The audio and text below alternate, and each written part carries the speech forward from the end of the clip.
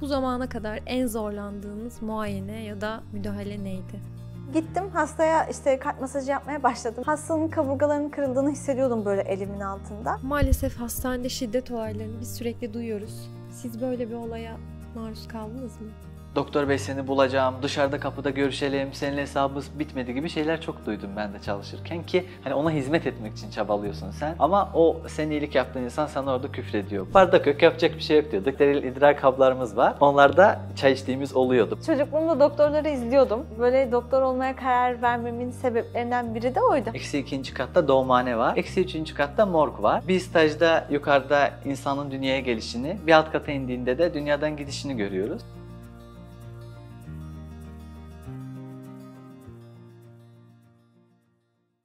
Hoş geldiniz. Uhre İstanbul YouTube kanalındasınız. Bize biraz kendinizi anlatabilir misiniz? Ben Rabia Nurullazade, 24 yaşındayım. Bartınlıyım ama artık evlendikten sonra Düzce'ye yerleştik. Fakültede Düzce'de olduğu için tıp fakültesi son sınıf öğrencisiyim. Aynı zamanda 4 yıldır evliyiz. Bu şekilde. Ben de Yaşar Nurullah, 25 yaşındayım, Azerbaycanlıyım, 7 yıldır Türkiye'deyim ve burada evlendim. Aynı zamanda aile sağlık bilim konularında toplumu bilinçlendirmeyi kendimize hedef edinmişiz. Bu konuda çalışıyoruz. Fakülteyi bitirdikten sonra psikoterapi alanında gelişmeyi düşünüyorum. Ölümle, en ağır hastalıklarla, acı çeken insanlarla hep iç içe olmak size neler hissettiriyor? İnsana tabii ki manevi bir etkisi oluyor o durumların. Mesela bizim hastane binasında eksi 2. katta doğumhane var. Eksi 3. katta morg var. Bir stajda yukarıda insanın dünyaya gelişini, bir alt kata indiğinde de dünyadan gidişini görüyoruz. Aslında ders çıkarmak istersen çok ibretlik örnekler var ama bir yerden sonra çok rutinleşiyor. Hani biz işte o şeyi canlı tutmaya çalışıyoruz. Yani bizim için normalleşmesin. Her zaman o iyi ya da kötü şeyler heyecanını korusun istiyoruz. İnsan bedeninde sizi en çok hayrete düşüren, en çok tefekkür ettiren bir bilgi var mı? İnsan beynini çocukluktan beri çok merak ediyorum. Çok garip geliyor bana. Aynı zamanda en ilkel ve aynı zamanda en gelişmiş bir yapı. Aynı zamanda en karmaşık ama aynı zamanda en basit mekanizmaya sahip bir yapı. Ve tüm böyle kompleksleri içinde taşıyor. Bir de beyin derken de bilinçten ziyade bilinçaltı benim özel ilgi alanım. O yüzden bilinçaltını çok merak ediyorum. Nasıl çalışıyor? Hangi sistemde çalışıyor? İnsan hayatını nasıl etkiliyor? Bilinçaltının böyle her kapının oraya gidip çıkacağını düşünüyorum. Merak ediyorum o yüzden. Beni de en çok etkileyen insan vücudunda. Yaşar birazcık daha psikolojik temellere baktı herhalde. Ben de daha biyolojik olarak hormonların mekanizması beni çok etkiliyor. Yani genel olarak aynı sıvının farklı yerlerde farklı mekanizmalar göstermesi veya bir hormonun aynı etki olsa bile farklı olayları ortaya çıkarması beni çok etkileyen bir şey. Yani oradaki hücrelerimiz nereden biliyor o hormonu tanıyor da başka bir hormonu tanımıyor diye hep beni düşündürür. Acil nöbetlerinde hızlı ve doğru karar vermek zor ve yorucuyken sizi en çok zorlayan hasta ya da hastalık türü neydi? Bununla ilgili bir anınızı anlatabilir misiniz? Beni en çok zorlayan, manevi olarak vicdanımı zorlayan şeylerden biri şuydu. CPR'ı başlatmak veya bitirmek, yani kalp masajını. Ya mesela bir hasta geliyor, onun dönmeyeceğini biliyorsun. Çünkü bilimsel olarak 15 dakikadan sonra aslında dönmüyor hastalar. Yani dönse bile büyük tekerler bırakıyor vücut oksijensiz kaldığı için. Ama en son bırakmak beni zorluyordu. Kalp masajını biraz daha devam edeyim, biraz daha yapayım diye. Ama sonra bir hocamızla konuştuğumuzda, acilden bir hocamızla, demiştik ki aslında ölmesine de izin vermen lazım. Çünkü onun artık bilimsel olarak geri dönme ihtimali neredeyse yok gibi bir şey. Ve sen ona bir baskı uygulayarak eziyet ediyorsun. Yani onun gitmesini engellemeye çalışıyorsun. O günden sonra hani bu benim için daha da manevi olarak kolaylaşmıştı. Eğer elimden gelenin her şeyini yaptığımı hissediyorsam bırakıyordum yani. İnsanlar sürekli gözünüzün önünde bir doğuyor, bir ölüyor.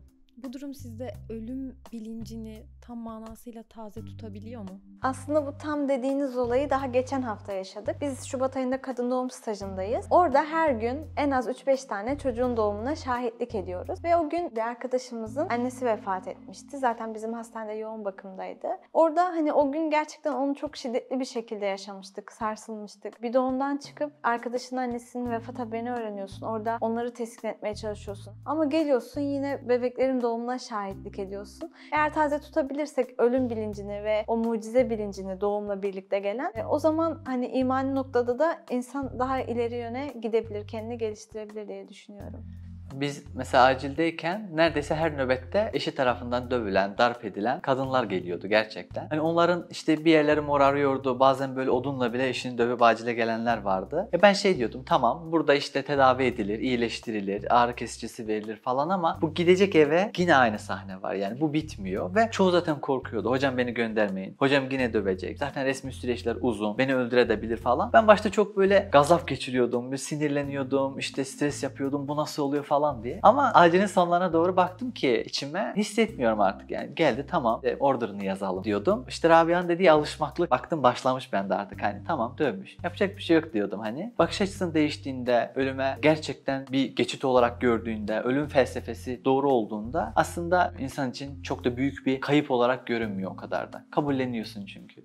Dizilerde izlediğimiz gibi saçma bir sahne yaşadınız mı? Veya bir dizide izlediğiniz, ya bu kadar da olmaz dediğiniz çok saçma bir sahne var mı doktor dizilerinde? Çocukluğumda doktorları izliyordum. Orada benim asla aklımdan çıkmayan sahne şah damarı böyle bir anda patlıyordu, bir anda her yer kan oluyordu falan. Sonra doktor olunca tekrar o sahneyi izledim. Baktım ki böyle bir şey mümkün değil yani. Onun orada zaten bir dokuyla kapalı ve bir anda gülerken onun patlayıp yırtılsa bile dışarı taşmaz. Hani içeride bir şey olabilir. Ve doktorları izleyince çok saçma gelmişti.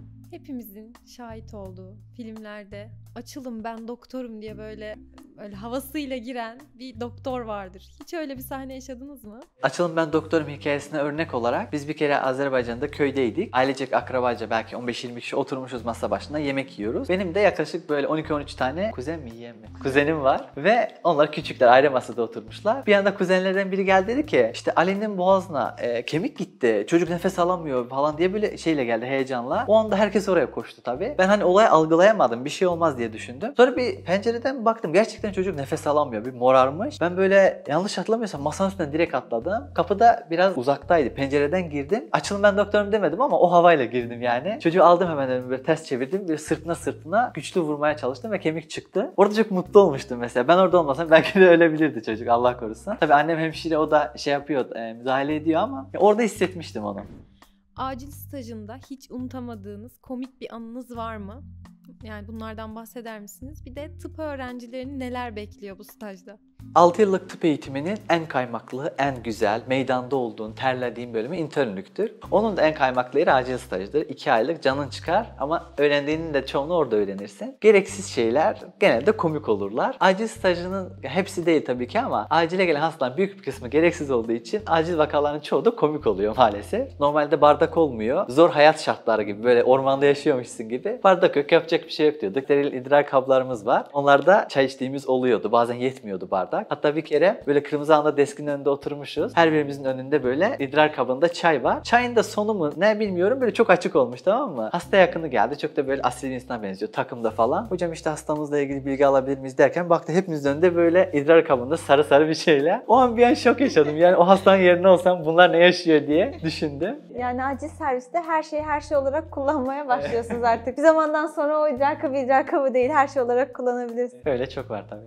Yoğun iş temposunda ibadetlerinize nasıl vakit ayırıyorsunuz? Yani bu konuda zorluk yaşayan insanlar için bir tavsiyeniz var mı? Şöyle söyleyeyim. Şimdi bakış açısına çok bağlı yine de. Ben mesela şöyle düşünüyorum. Bana deseniz ki hayatın hedefi ne diye 2 cümlede böyle kafamda şöyle buldum sonucun cevabını. İnsanın 2 hedefi vardır. 1 Allah'a ibadet, 2 insanlara hizmet. Ama birincisi gerçekten Allah'a ibadet olması lazım. Zaten sabah namazıyla akşam yatsı namazları hasta yoğunluğunun çok olmadığı döneme denk geliyor. Onları bir şekilde yapabiliyorsun. Sabah namazı yine her türlü zor sınav ama öğle ikindi namazlarını biraz hani hastanenin yoğun dönemine denk geliyor. O dönemde de hani olduğun alanda 2-3 görevli oluyor. Genelde zaten en çok acilde zorlanıyorduk. Onda da zaten hep alanda ikimiz oluyorduk. Birbirimizi tolere edip gidiyorduk. Ayarlanabiliyor ya. İstemek temelde önemli diye düşünüyorum. Maalesef hastanede şiddet olaylarını biz sürekli duyuyoruz. Siz böyle bir olaya maruz kaldınız mı? Sözel şiddete zaten her gün maruz kalıyoruz yani neredeyse. Ben daha çok yakın bir zamanda birkaç gün önce kadın doğum servisinde bir hastaya pansuman yapacaktım. Hatta pansuman yapmayacaktım. Sadece o ameliyat sonrası takılan bir boru gibi bir şey oluyor ya, diren. Onu boşaltacaktım yani. Sonra boşaltırken kadın bir anda bana bağırmaya başladı. İşte sen ne yapıyorsun? Ne yaptığını sanıyorsun? Yavaş davran. İşte ben ne acılar çektim falan. Ama hani acıması mümkün değil. Çünkü arada bir boru var. Boru kıvrık duruyor. Böyle çekme durumu yok yani. Çok feci şekilde moralim bozulmuştu yani. O senin tüm gün gününü artık etkiliyor. Ve haksız bir yere bu sözleri duymak insanı çok kötü etkiliyor. Genelde hep doktora şiddet diyoruz ama diğer sağlık çalışanlarımıza da ben haksızlık olduğunu düşünüyorum. Çünkü daha çok hemşirelere, hastane personeline de şiddet görülüyor. Çünkü uygulamalar daha çok onlar yapıyorlar. Doktor bey seni bulacağım, dışarıda kapıda görüşelim, seninle hesabımız bitmedi gibi şeyler çok duydum ben de çalışırken ki hani ona hizmet etmek için çabalıyorsun sen. Ama o senin iyilik yaptığın insan sana orada küfrediyor, moda oluyordu. Fiziksel olmadı ama bir tık sonrası fiziksel olacak. Yani şöyle el kol hareketleri falan Yani biz oldu. birbirimize dalmaya başlıyorduk, güvenlik araya girdi öyle diyeyim. Bu zamana kadar en zorlandığınız muayene ya da müdahale neydi? İlk aklıma şey geldi. Mesela bir hasta gelmişti. Biz beyin kanaması diye düşündük ama hani hasta normalde, stabildi, durumu kötü değildi. Hasta bir anda böyle fışkırır tarzda kusmaya başladı. Hani bu da zaten beyine pıhtı attığının, beyin kanaması olduğunun göstergelerinden bir tanesi. Ve biz o anda ARES'te girdik. Kalp duracak, solunumu durdu. Akciğerini makineye bağlamaya çalışıyorduk. Ve ben böyle hastanın şöyle başında duruyorum. Maskeyi tutuyorum. Diğeri işte oradan laringoskopu ilerletiyor. O anda hasta tekrardan fışkırarak kusmaya başladı. Böyle başında 5-6 kişi var. Hepimizin üstüne kustu. Ve biz o anda hani kokuyu falan zaten söylemiyorum. Gözümüzü kapatarak o kusmukları temizleyerek hastanın o anda solunumunu sağlamaya çalışıyorduk. Yani yeter ki nefes alsın, gerisi önemli değil diye. O mesela çok etkilenmiştim o dönemden. Benim de en zorlandığım şeydi herhalde. Bir kere kırmızı alanda tektim. Yani normalde 2 intern, bir asistan, hemşiremiz, personelimiz falan oluyor ama hani mesela bir yemek vakti oluyor. Orada bir kişiyi bırakıp işte diğerleri gidiyor vesaire. Ben alanda tektim. Bir anda hasta areste girdi. Yani kalbi durdu hastanın. O an yani ne yapacağımı gerçekten bilemedim. Hemen gittim hastaya işte kalp masajı yapmaya başladım. Hastanın kaburgalarının kırıldığını hissediyordum böyle elimin altında. Tabii hemen oradan seslendim. Hemşire geldi, işte ekip geldi falan. Bir an önce devam ettiler. Çok şükür teyze yani birkaç dakika sonra dönmüştü. Ama o an orada tek olmanın verdiği sorumluluk ve ne yapacağım acaba şeyi beni zorlamıştı. Hastalık gibi durumların insanı Allah'a yakınlaştırdığını düşünüyor musunuz? Yani böyle bir olaya şahit olmuş muydunuz daha önce? Bir insan hastayken aciz olduğu için Allah'a tabii ki yaklaşır. Ama bunun geri dönüşü de çok çabuk oluyor. Ayette Allah onlar pis işlerini düzeltmek için dünyaya tekrar gönderilmek isterler ama yalancıdırlar. Yani mealen böyle bir ayet vardı.